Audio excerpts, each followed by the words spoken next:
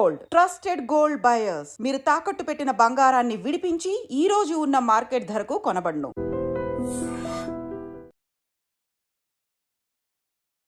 Hi hello నమస్తే, welcome back to iDream media. So ఈ రోజు అయితే మనము యూకేకి సంబంధించి కూడా వీసా ఇష్యూస్ అనేవి స్టార్ట్ అయ్యాయి. ఇమిగ్రేషన్లో రకరకాల కొత్త మార్పులు తీసుకొచ్చారని, ఇక అమెరికాకి మేము కూడా ఏం తగ్గము, మా కంట్రీలోకి రావాలన్నా కూడా ఇంత కష్టపడి మీరు రావాల్సి ఉంటుంది అనే విధంగా కొత్త ఇమిగ్రేషన్ రూల్స్ అయితే తీసుకొచ్చారు.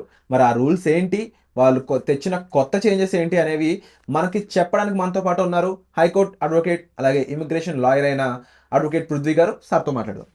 నమస్కారం సార్. నమస్తే గారు. ఒక పక్కన ట్రంప్ ఆల్రెడీ కొత్త రూల్స్ తీసుకొచ్చి, టు బీ ఫ్రాంక్ ఒకప్పుడు ఎగ్జిస్టింగ్ రూల్స్ అయినా కొత్త విధానంలో మళ్ళీ తీసుకొచ్చి తన కంట్రీలో only certified and regularly verified persons ఉండడానికి మాత్రమే స్కోప్ కల్పిస్తున్నాడు. అయితే ఇప్పుడు లండన్లో కూడా same kind of rules, same kind of perspective రావడం ఏ విధంగా ఉంటుంది, అండ్ వీళ్ళు తెచ్చిన రూల్స్ ఏంటి, ఫస్ట్ ఆఫ్ ఆల్ వీళ్ళు తెచ్చిన ఇమిగ్రేషన్ సంబంధించిన కొత్త చేంజెస్ ఏంటి చెప్తారా? ఇప్పుడు వరకు మనం చాలాసార్లు అబౌట్ యుఎస్ రెగ్యులేషన్స్, ట్రంప్ ఆగమనం గురించి వారి గురించి మాట్లాడుకున్నాం. ఇప్పుడు ట్రంప్ తీసుకొచ్చిన రిజల్ట్స్ దాని మీద స్టడీ చేసి లండన్లో ఉన్నటువంటి ఇమిగ్రేషన్ అథారిటీస్ కూడా మనం కూడా కొత్త రెగ్యులేషన్స్ తీసుకొద్దాం. నాట్ ఓన్లీ దట్, ఒక కొత్త పార్టీ వచ్చింది విరాట్, అక్కడ కొత్త పొలిటికల్ పార్టీ.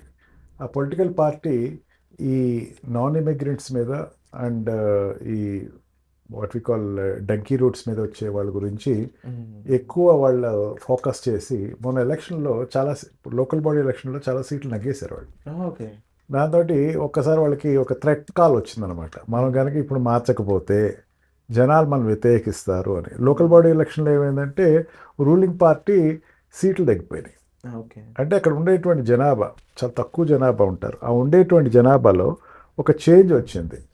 ఏంటంటే మన దగ్గర మన నైబర్స్ కానీ మన కాంపిటేటర్స్ ఎవరైనా సరే నాన్ లీగల్ ఎంటిటీస్ వస్తే దాన్ని ఆపడానికి గవర్నమెంట్ చర్యలు తీసుకోవాలి అన్న ఒక కాల్ని గవర్నమెంట్ తీసుకుని దానికి ఒక 10 రూల్స్ అయితే, రెగ్యులేషన్స్ అయితే అక్కడ ఇమిగ్రేషన్ అథారిటీస్కి అప్రూవల్ తీసుకొచ్చారు. దాంట్లో ఫస్ట్ అండ్ ఫార్మోస్ట్ ఏంటంటే ఈ salary structure, minimum salary structure అనేది ఏదైతే ఉందో దాన్ని స్కేలప్ చేశారు. అంటే అంతకుముందు 26,200 పౌండ్స్ ఉండేటువంటి పర్ యానం ఉండేటువంటి శాలరీని ఒకేసారి డ్రాస్టిక్గా 38,700 చేశారు. అంటే 26,200 శాలరీ ఉన్నవాళ్ళు ఇంకా అక్కడ ఉండడానికి లేదు. They have to leave the country. దీంట్లో చాలామంది వచ్చేస్తారు. అంటే పర్ యానం వాడు ఎవరికైనా సరే $26,000 పౌండ్స్ వచ్చేవాడు ఇంకా కంట్రీలో ఉండట్లేదు. వాడు ఖచ్చితంగా ఆడ పేరోల్ పెరగాలి. ఆడ పేరోల్ ఎంత పెరగాలంటే 36,700 పౌండ్స్లోకి పెరగాలి. పర్ యానం వాడికి వస్తేనే వాడు అక్కడ ఉంటాడు, లేకపోతే he has to come back go to the country. వాళ్ళకి మాత్రమే అక్కడ చోటు.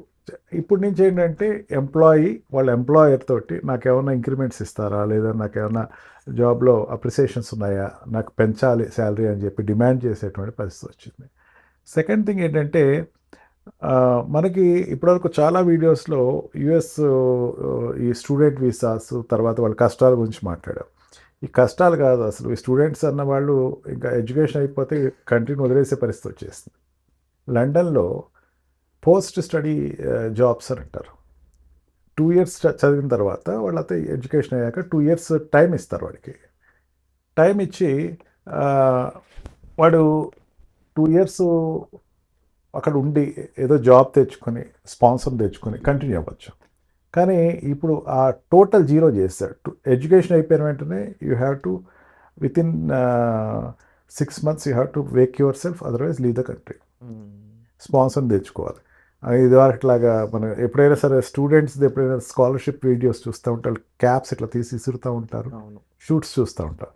వాళ్ళకి అంత ఇసిరేటువంటి పరిస్థితి లేదు. ఖచ్చితంగా వాడు ఎడ్యుకేషన్ అయ్యే లోపల he has to prove he skill and have to join in a job. స్పాన్సర్ని ఎత్తుక్కోవాలి, జాబ్లో జాయిన్ అవ్వాలి. లేకపోతే ఎడ్యుకేషన్ అయిపోయామా మీ కంట్రీ వదిలేసేసి, ఇంగ్లాండ్ వదిలేసేసి you have to live to your country.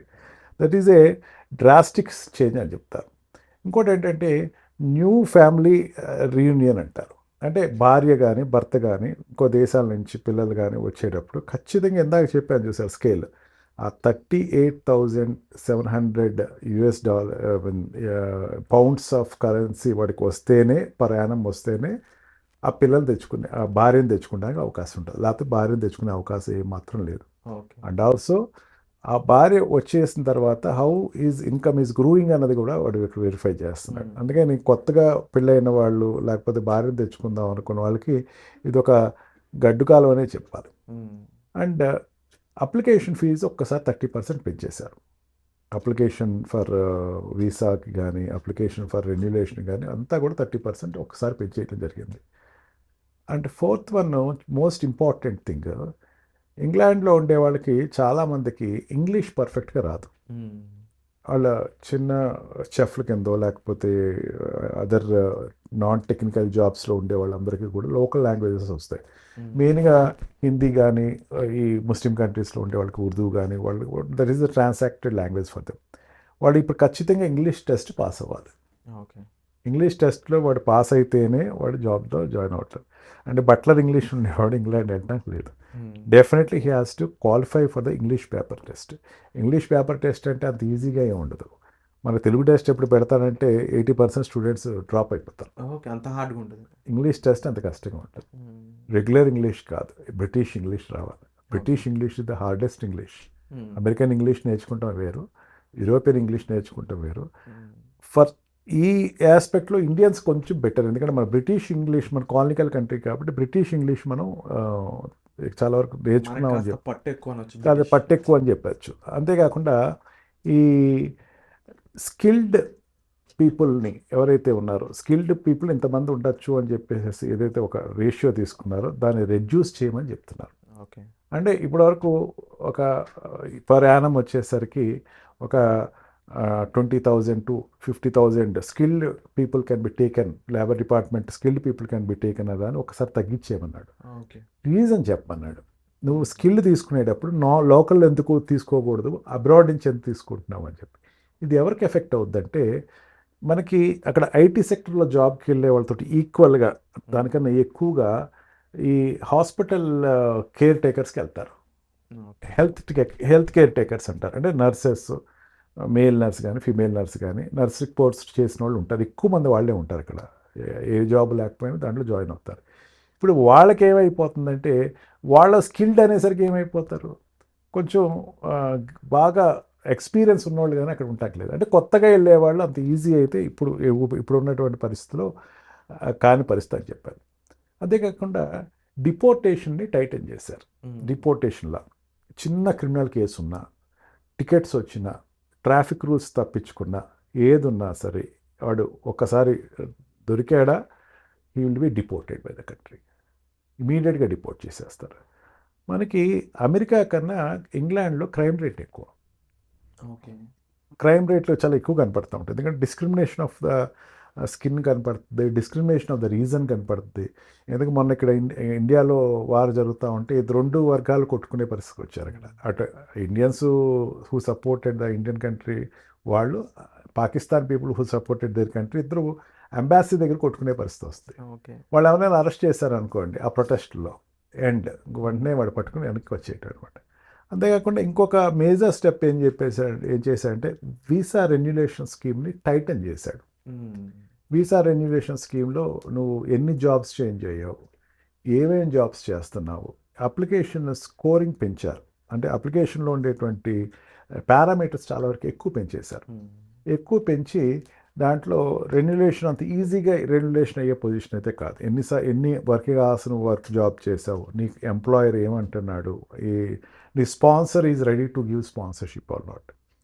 మనకి ఇంగ్లాండ్కి అమెరికాకి తేడా ఏంటంటే అమెరికాలో స్పాన్సర్ ఉండడు, కానీ ఇంగ్లాండ్లో స్పాన్సర్ ఉంటాడు. Sponsor is nothing but employer who ready to accept you. ఆ స్పాన్సర్ యొక్క రోల్ చాలా క్రూషియల్ రోల్ ఉంటుంది. స్పాన్సర్కి కనుక నీకు అక్కర్లేదు అనుకుంటే యూ హ్యావ్ టు డిపోర్ట్, రెన్యులేషన్ ఉండదు ఇక్కడ. ఇంకా third last but not least ఏంటంటే ఎస్లైమ్ అంటారు, శరణార్థులు. మన శరణార్థులు అనేసరికి మనకి ఇమీడియట్గా ఎవరు గుర్తుకొస్తారు, మనకి అక్కడ ఉండేటువంటి ఇండియా నుంచి పారిపోయి అక్కడికి వెళ్ళి ఉండేవాళ్ళు గుర్తుకొస్తూ ఉంటారు. మన వాట్ వి కాల్ ఈ బ్యాంకులు లూటీ చేసేసి అక్కడికి వెళ్ళి పారిపోయి ఆశ్రయం పొందేవాడు అస్లేం అంటాడు. వాడు ఏమైనా రాస్తాడు, ఇదివరకు కూడా ఒకసారి చెప్పుకున్నాం, నాకు ఇండియాలో నాకు చంద్రబాబు నాయుడు నుంచి థ్రెట్ ఉంది, మోడీ నుంచి థ్రెట్ ఉంది, మోడీ చంద్రబాబు నాయుడు నేను దొరికితే చంపేస్తారు ఇప్పుడు అని ఒక ఎస్లైమ్ పేపర్ రాస్తాడు. ఎస్లైమ్ పేపర్ రాసి దాన్ని జస్టిఫై అయితే అక్కడ ఉండిపోవచ్చు, తర్వాత వర్క్ పర్మిట్ కూడా ఇచ్చేస్తారు. ఇది వరకు అంత ఈజీగా అయితే ఇప్పుడు ఇవ్వలే. వాడు ఇప్పుడు గ్రౌండ్ వెరిఫికేషన్ చేయమంటున్నాడు. నిజంగా వాడికి ఆ థ్రెట్ ఉందా, నిజంగా వాడు మనకు ఉపయోగపడతాడా, ఇక్కడ ఉండటం వల్ల ఎస్లైమ్ ఇవ్వటం వల్ల నేను యుఎన్ఓలో లేకపోతే వరల్డ్ వైజ్గా నేను ఏమైనా రెప్యుటేషన్ చెప్పచ్చా. ఇప్పుడు జనరల్గా ఏమవుతుందంటే పొలిటికల్ ఎస్లైమ్లో వాళ్ళు ఎక్కువ వెళ్తూ ఉంటారు. పొలిటికల్ ఎస్లైమ్ అంటే ఏంటంటే పెద్ద పెద్ద పొజిషన్లో ఉండేవాళ్ళు ఎస్లైమ్ అప్ చేసుకుంటారు ఏ కంట్రీలో అయినా సరే. మనకి ఇండియాకు వచ్చేసరికి బంగ్లాదేశ్ ప్రైమ్ మినిస్టర్ ఇండియాకు వచ్చి ఉండటం అండ్ వాళ్ళు దలైలామా వీళ్ళందరూ ఎస్లైమ్లో వచ్చారు వాళ్ళు. అలాగే ఇక్కడి నుంచి అక్కడికి వెళ్ళేవారు ఎవరు ఉంటారు, నీరవ్ మోడీ లేకపోతే బిగ్ పిన్, విజయ్ మాల్యా వీళ్ళందరూ వెళ్ళిన వాళ్ళు ఉంటారు. ఇదివరకు ఇట్లాగే ఇప్పుడు వాళ్ళు వెళ్ళటానికి అంత ఈజీ కాదు. అది మనకి ఒక రకంగా చెప్పాలంటే it's good news for India అని చెప్పచ్చు. ఎస్లైమ్లో అంత ఈజీగా మనం వెళ్ళిపోవాలి. And also last but not least health పాలసీస్ని టైటప్ చేశాడు. హెల్త్ పాలసీలో హెల్త్ స్ట్రక్చర్లో హెల్త్ వాళ్ళు కట్టేటువంటి పాలసీస్ అన్ని ఊరినే ఉంటున్నారా, అక్కడ హెల్త్ పాలసీస్ కట్టుంటున్నారా, హాస్పిటలైజేషన్ వాళ్ళకి మేము ఎంతవరకు ప్రొవైడ్ చేయగలం, అంటే ఓవర్ క్రౌడ్ అయితే వాళ్ళు ప్రొవైడ్ చేయలేరు, వాళ్ళకి హెల్త్ పాలసీస్ పర్ఫెక్ట్గా మెయింటైన్ చేస్తున్నారా, ఈ 10 పారామీటర్స్ని ఇప్పుడు తీసుకునేటువంటి నిర్ణయంలో రేపొద్దున్న పార్లమెంట్ పెట్టి అప్రోచ్ చేసే దాంట్లో the bill is there to make the immigration little tighten. ఈ రకంగా టైటన్ చేయటం వల్ల ఏంటంటే భారతదేశంలో నుంచి వెళ్ళేవాళ్ళు ఇప్పుడు జనరల్గా ఏంటంటే స్టూడెంట్స్ కానీ ఎంప్లాయీస్ కానీ స్పాన్సర్ ఎవరిని ఎత్తుకునో లేకపోతే తర్వాత నాకు 2 years వర్క్ పర్మిట్ ఏదో రకంగా తెచ్చుకోవచ్చు అనుకునే వాళ్ళకి ఇంకొంచెం డ్రీమ్స్ ఆర్ షాటర్డ్ అని చెప్పచ్చు. సో ఓవరాల్గా అబ్జర్వ్ చేస్తే ఒక పక్కన రూల్స్ చేంజెస్ అనేవి చాలా క్లియర్గా ఇక్కడ మాకు వర్త్ మాకు యూజ్ అయితేనే మీరు ఉండాలి తప్ప లేకపోతే అవసరం లేదు అనే విధంగానే కనిపిస్తున్నాయి. ఒకప్పుడు లండన్ అయితే ఇప్పుడు కాదు అని క్లియర్గా అర్థమవుతుంది. అండ్ అగైన్ అమెరికా యొక్క ఇన్ఫ్లుయెన్స్ దీని మీద ఉందని అయితే కూడా మనకి క్లియర్గా కనిపిస్తుంది. సో సార్ చెప్పిన ఈ చేంజెస్ పై మీ వ్యూ పాయింట్ ఏంటి, మీ అభిప్రాయం ఏంటి, కామెంట్ సెక్షన్లో మెన్షన్ చేయండి. And thank you so much for the information sir. Thank you. నిజంగా ప్రస్తుతం ఉన్నటువంటి సమాజం దేనికి ప్రయారిటీ ఇస్తుంది? ఆర్థిక సంబంధాల చుట్టూ మాత్రమే తిరుగుతోంది. మళ్ళీ ఎన్నికలంగానే చాలా విరక్తి కలుగుతాను. మంచి అనిపిస్తుంది కదా, లేడీస్ కూడా ఛాలెంజింగ్ జాబ్స్ చేసినప్పుడు చాలా బాగుంటది. ట్రాఫిక్ అసిస్టెంట్స్ గా నియమించిన ట్రాన్స్జెండర్స్ అందరితో సాల్యూట్ చేయించుకుంటున్నారు. ఫుడ్ డెలివరీ ఇవ్వటానికి వెళ్ళినటువంటి డెలివరీ బాయ్ అనిల్ పై కళ్ళ ముందు